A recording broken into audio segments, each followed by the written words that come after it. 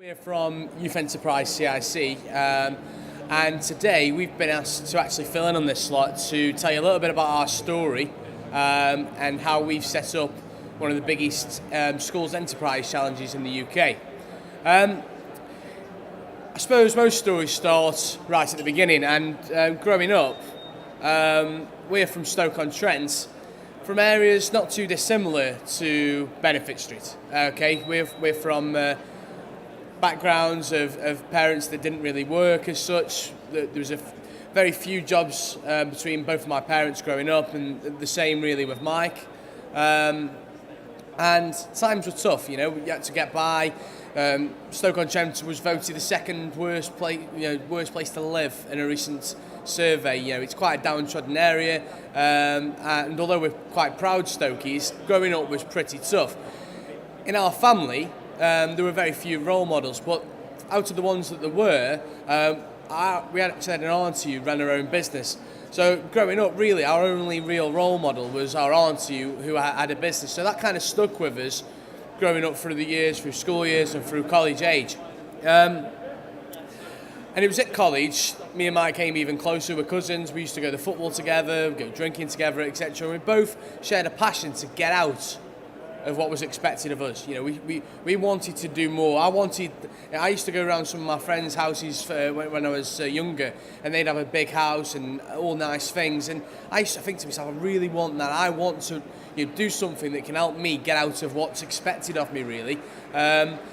So after college, we both took on various jobs for a year. So we didn't go to university at first. I worked in sales and recruitment and a little bit later at Stoke City Football Club, and Mike had various jobs, and one that he'd settled into really was a job fitting tyres at a racetrack. So it looked as though actually we'd go into being just normal working class lads that would get a job in one of the big employers in the area, something like Bet365, etc.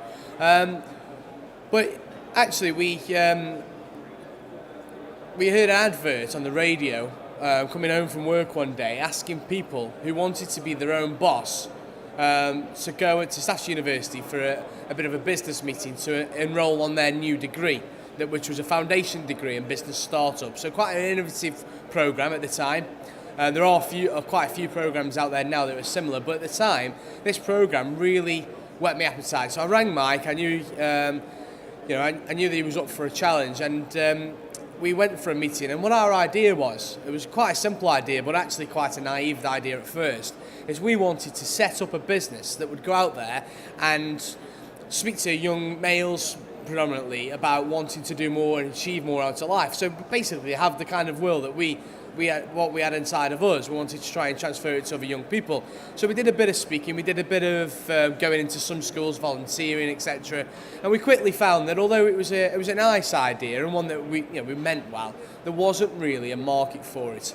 And actually, we found some market by chance. We were asked to go and volunteer for a company called Young Enterprise at a school local to us, and we went in to run a social enterprise workshop. And we ran this workshop, and me and Mike went in. We were 18, 19 years old, and we went into this school, and we had a really, really fun day. 150 students coming up with social enterprise ideas, and it was just me and Mike. They left us to it with a few materials. And at the end of the day, we had a great day. And the teacher said, I said to the teacher, sorry, how much have you paid for this? And she said £1,500. So obviously straight away that rang to me and Michael. We actually thought to ourselves, this is a great idea. We could go into schools, do enterprise days like this. We've enjoyed it. So we looked into the marketplace, and we found a few people that were doing these kind of days, and we set up the All Together company, which enterprise days for schools. And we had a decent amount of success. In our first couple of years, we wrote our own programmes and delivered them to around about 25,000 young people around the country. We got contracts with the Chamber of Commerce to deliver a young chamber programme. We got contracts, we were Prince's Trust Young Ambassadors, got the opportunity to meet Prince Charles, and we got the opportunity to meet Nick Clegg at the time. Not that that's a great achievement, but we did relatively well. So actually all of our parents, our grandparents, and all our family and friends, on the face of it, we'd hit the jackpot. We found something we enjoyed doing, and we set this little business up, which me and Mike could earn 20, 30 grand out of, and all seemed to be going well over the first 2 years. Then for some reason, we decided to diversify completely and take on another business. So to tell you a little bit about that, I'll pass you over to Mike. Okay, cheers, Ben. So that business that Ben was just alluding to, we took on a pub, a backstreet pub in Stoke. Why? The only reason, looking back now, I don't know why we did it, but I think at the time what it was, we were going out at the weekends, we were having a good time, we had lots of friends, we felt like we were putting the money in somebody else's pocket. So me and Ben thought, the schools thing's going well, we've got a little bit of capacity of time. So we took on this pub, we started streaming football matches, and we soon took a business that was turning over £3,000 a week, using the sales techniques that we had before, to getting this backstreet pub here, turning over £7,500 a week. So on the face of things, everybody thought we were doing really well. We had the schools business, we had the pub, we were always looking like we were busy, lots of income coming in. People on Friday and Saturday nights, for example, at the pub, we had to turn people away because we were too busy. The pub was probably too small for what it was that we were doing. The picture there is of Ben and Ed Miliband. We, as crazy as we were back then, we decided to host a Labour conference there because it was the Red House. We got lots of Labour MPs there, including Ed Miliband, to turn up to a backstreet pub in the middle of Stoke-on-Trent. And that was just one of the crazy things that we did. And on the face of things, our friends were coming up to us and saying, it seems like you're doing really well. You've got lots of money. People were always asking us to borrow money and things like that. But on the face of things, behind the scenes, 3 or 4 months into this new venture, me and Ben soon realised we were actually losing money because with the pub industry, what was happening was the more beer we were ordering, the more expensive he was getting with the pub companies, and also our rent was going up as well. And because we were getting so busy, we had to have bouncers on the doors, we were paying for entertainment, we had more staff. And we actually realised after about 6 months that we were probably £25,000-30,000 in debt with this pub business. So that was kind of offsetting all the good work in the schools. So we tried for a few months to rein it in and get this business working, and we just simply couldn't do it. So after a year of trying with the pub business, we had to go personally bankrupt. So from two lads that had set up this business, always wanted to achieve more, done reasonably well in the schools market, we set up this pub. On the face of it, everybody thought we were doing well. We went from all that, almost being like local celebrities, if you like, to being bankrupt. And I think for ourselves, it was the single most embarrassing moment of my whole life, having to go up to one of my aunties and ask her to borrow me £700 to go bankrupt, because at the time we thought going bankrupt was the only option. But when you go bankrupt, and if people know, you have to pay £700 to go bankrupt. So, we had to go tail between our legs. We did that, and it was a personal low point for ourselves. But we dusted ourselves down, and what we did then was we went back to, sorry, I'll skip a few slides. We went back to university to top up our foundation degree, and tell you a little bit more about the journey from then. I'll pass you back over to Ben. Okay, so we were obviously bankrupt, went back to university.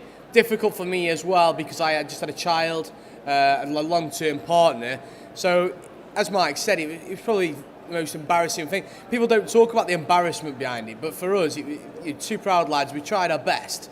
And literally, it was lonely as well. It was a really lonely place. There's only me and him we could speak to how we were feeling. And I personally struggled a lot in that year. But we went back to university, and it was about February 2012, roughly. We were sat having a coffee, and we were just, more than anything else, we were having a bit of a joke about what we were good at in the enterprise market. What could we do to make it the best possible product ever? So we were talking about our competitors, saying that some of them doing national finals, some of them have a face of their program or be just a small business face, but some of them have a business face, some of them do real life business challenges, etc. So we come up with this idea and we said, well, what if we could get somebody to front our program? What if we could get somebody like Lord Sugar? And obviously we were two bankrupt lads from Stoke-on-Trent, from council estates, who had failed. So we talked a little bit further and we said, well, what if we could offer every school the opportunity to go to this national finals? And what if we could get hundreds of schools involved? And the most we'd got in the past was about 50 in a year. So all these things sounded quite pie in the sky, but what we did was we wrote them down and we shared them with a few of our contacts. We shared them with Claire Young, who was runner-up of The Apprentice, who we knew a few years back.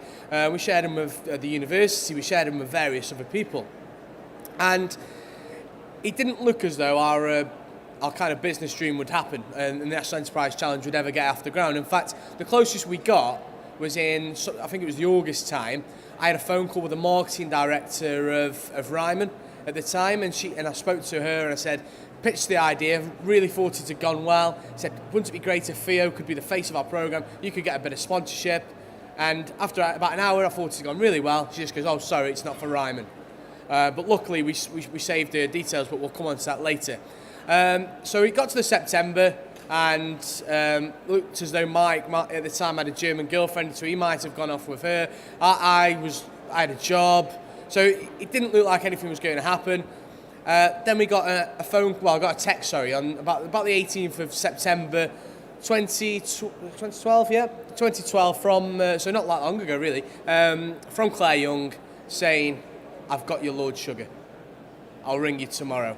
So obviously I rang her straight away. I said, well, you can't tell me this tomorrow. What do you mean you've got me Lord Sugar? She says, Lord Sugar agrees to do 2 things a year, really like PR kind of stunts and whatever you, and he loves this idea. He thinks it's a great idea. He wants a £50,000 donation to his charity. So me and Mike, bear in mind, we're bankrupt. If you're bankrupt, it's very hard to, I don't know if any guys know, but it's extremely hard to even open a bank account. Never mind find some equity, some money to set this challenge up. And he wanted a £12,000 donation, deposit. So we said yes, we're going to go ahead and do it. But it wasn't as easy as we thought to get this 12 grand together. So it actually took us till the December. So let's put it into context here. It's December 2012. Lord Sugar's agreed to a July 13 finals. We've got no challenge, no actual real name. We didn't even have the logo at that point. We had no challenge, no schools signed up. As I said to you previous, we'd never really got that many in a whole year. We needed 50 to break even on the challenge, and we only had 6 months. With no sales team, no office, no nothing. But we paid this deposit. We got a startup loan from the government, so the government-backed startup loan scheme at the time had just started. And we got this startup loan of £15,000 to get this deposit over to Lord Sugar. A bit of a surreal experience just before Christmas, going in and paying Lord Sugar £12,000 direct. It was a bit surreal when you've got no money yourself. And in the January, we worked from a community centre that we'd done a deal on for £20 a week from a back room at the community centre. We paid £20 a week plus the Wi-Fi. And there was myself, Mike, Ollie, who was now our delivery director, Mike's brother who just finished the job, and the goalkeeper from my Sunday football team who'd just been made redundant over Christmas. A bit of a mix of characters. And we sat there, there's 5 of us in total. We had 3 laptops. So we only had 3 laptops, and we had all 5 of our mobile phones. And the only option we had was to ring the schools. To ring the schools and to try and get people to sign up. That team of 5 people rang all 4,000 schools, secondary schools, in 2.5 months. And what we actually achieved was 58 schools signed up.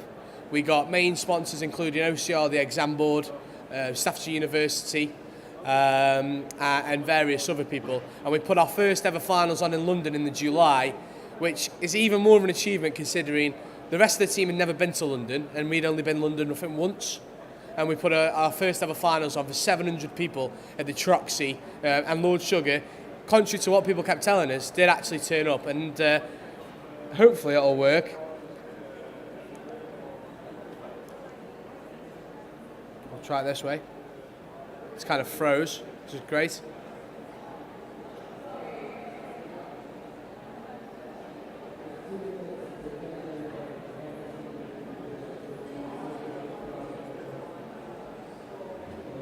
Well, anyway, we put our first ever finals in July 2013. There we go. It's deciding it's going to flick through and tell you the rest of our story. There we go. Hopefully this should play now. What is the National Enterprise Challenge? The National Enterprise Challenge is a new event with the aim of finding the most enterprising young people in the UK. So why has it launched? Because employers think that young people don't have the key skills that they need for the real world. Well, that's unfair. And what's more, there are 957,000 young people who are unemployed. We'll click through that anyway. So, the first year, it was a bit of a triumph, in terms of it felt like in the July, we did the first ever finals. Obviously, Lord Sugar there, me and Mike, and our delivery director. So we put the first ever finals on. 700 people at the Troxy, as I mentioned. But it felt as a bit like, because we literally broke even first year, so it felt a bit like a project had been completed. So we needed really to reassess the business model that summer and make it more of a profitable business going forward and something that we could expand and scale and make into a business that could compete against the likes of Young Enterprise who we talked about earlier on. So, as I told you earlier on, we spoke initially to Ryman and the marketing director. So now we had a bit more of a product that we could take to them. We give them a call again. And we spoke to the marketing director in the summer and we said, look, we've just put I spoke to you last year, you said it wasn't for Ryman. We went ahead anyway and got Lord Sugar, which I thought was quite a cool line to be able to use. We didn't have Theo first year, but we had Lord Sugar.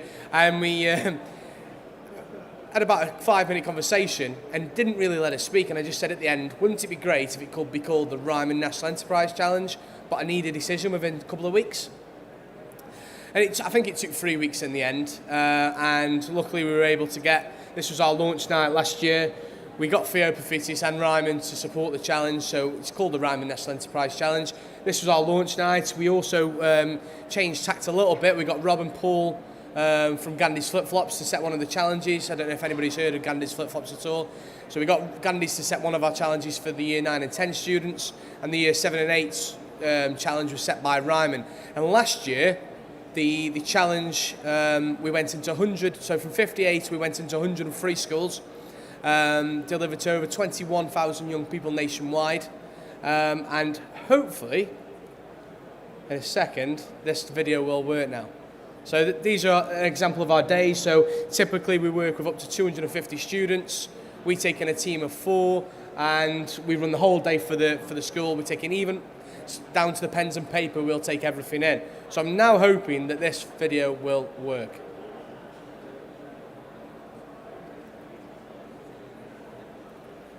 Sound. I'm Sarah Hartel. And I'm Ben Hanlon, and today is the National Enterprise Challenge Finals Day. Today's the day we've all been waiting for, as later on we'll find out who the winners are of this national competition that focuses on the next generation of entrepreneurial minds.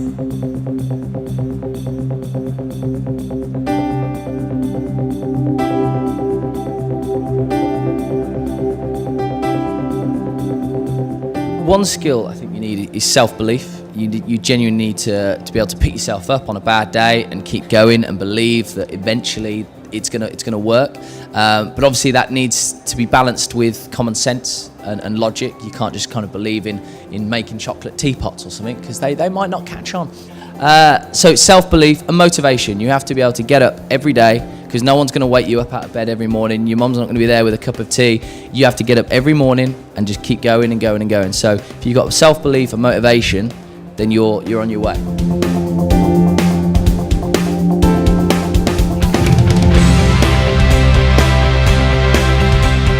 As early as 11, kids should be exposed to enterprise and to entrepreneurism, and then be able to study it in more detail, because it's about the studying of entrepreneurism that we will be better and more successful. And you know what? You don't have to have a big brain to be an entrepreneur. You've got to have loads of common sense. So some people who are not academically brilliant could really excel in those subjects if they were at school. But the point we've got to remember that 50% of all small businesses collapse, go bust in the first 2 years. And when people ask me, when they see Dragon's Den, they say, where does the BBC find all those people, stupid people that come on and they don't know their numbers, don't know anything? I'm saying, welcome to the great British public of business. Because people start businesses without the education. Now, if we could educate people at a really early age about business and get them as motivated and enthused as you all are, then maybe that 50% failure rate could go down quite significantly. And that would make a massive difference to UK's GDP. So it makes sense all round. And as Del Boy would say, you know it makes sense.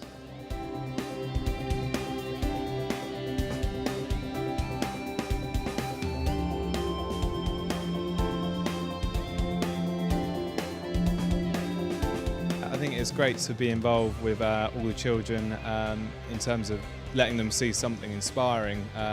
For us, you know, growing up, it's always hard to try and find people to kind of look up to, and I think myself and brother have obviously been on a huge journey, overcoming adversity, and now, you know, for young children to see that, you know, when tough things kind of happen and negative things happen, whether it's at home or just in life in general, just to keep battling away. So for us to showcase that to all the kids today is huge. I think anyone that, you know, wants to progress and get somewhere with something, you've got to have passion for what you do.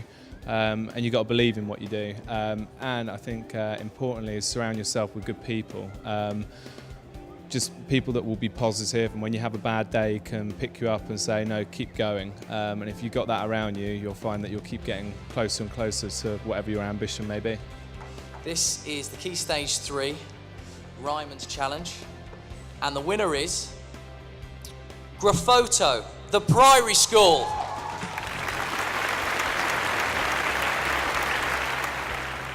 So the winner for Key Stage 4 for the Gandhi's Challenge was Chesham Grammar, Not As It Seems.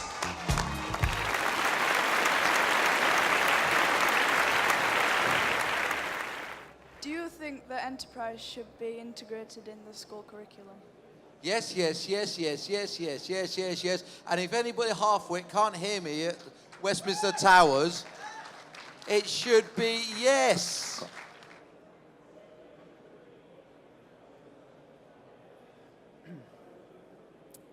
Okay, so that's where we'd got up to. You know, we'd gone from two lads who'd done quite well to failing to, you know, picking ourselves back up again and really focusing on, you know, doing what we enjoyed and, you know, what we were passionate about basically. Following on from that, we've had some national press and the Sun, the Times and things like that. And that's something that we're really focusing on. But the key challenge for us now, moving forward, is to make sure, you know, that we keep engaging the students, we keep bringing fresh ideas. So this year again, what we're doing is Ryman are setting the Year 7 and 8 challenge again. Theo's on board again for this year. We're also working with Alton Towers Resort as well, so they're going to be setting the challenge for the Year 9 and 10 students. And the finals this year, we expect 1,500 young people to be there at Alton Towers for the finals in a marquee overlooking the tower and the lake. And that's, you know, that's just a challenge for me and Ben now, is to keep progressing, keep pushing on. We are a community interest company as well, so we're a social enterprise. So we're always looking for new businesses to get involved. We're looking for collaborations, and that's the real challenge for us now. We've got it to that level. We just need to keep building on that and making sure that the finals is a real celebration of enterprise for the students, and we're making sure that the enterprise days are engaging and fun so that the students buy into what it is that we're doing. One thing that we didn't touch on as well is we've also started delivering the government startup loans ourselves. So we had a startup loan from the government, we paid that back, and we're also one of 50 national delivery partners. So in the last 12 to 18 months, we've supported 150 businesses loaning out over £1 million. Not bad for two guys who from Stoke-on-Trent who've, you know, failed, been there, done it, failed and come back. You know, we're quite proud of our achievements in terms of that. But for us, we're only at the start again. We're just still at the start of our journey. So that's been us. If there's any questions, we'd welcome the questions. And thanks very much for listening to us.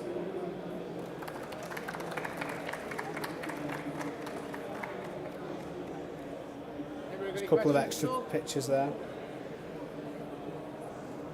We're getting away scot-free, I like that.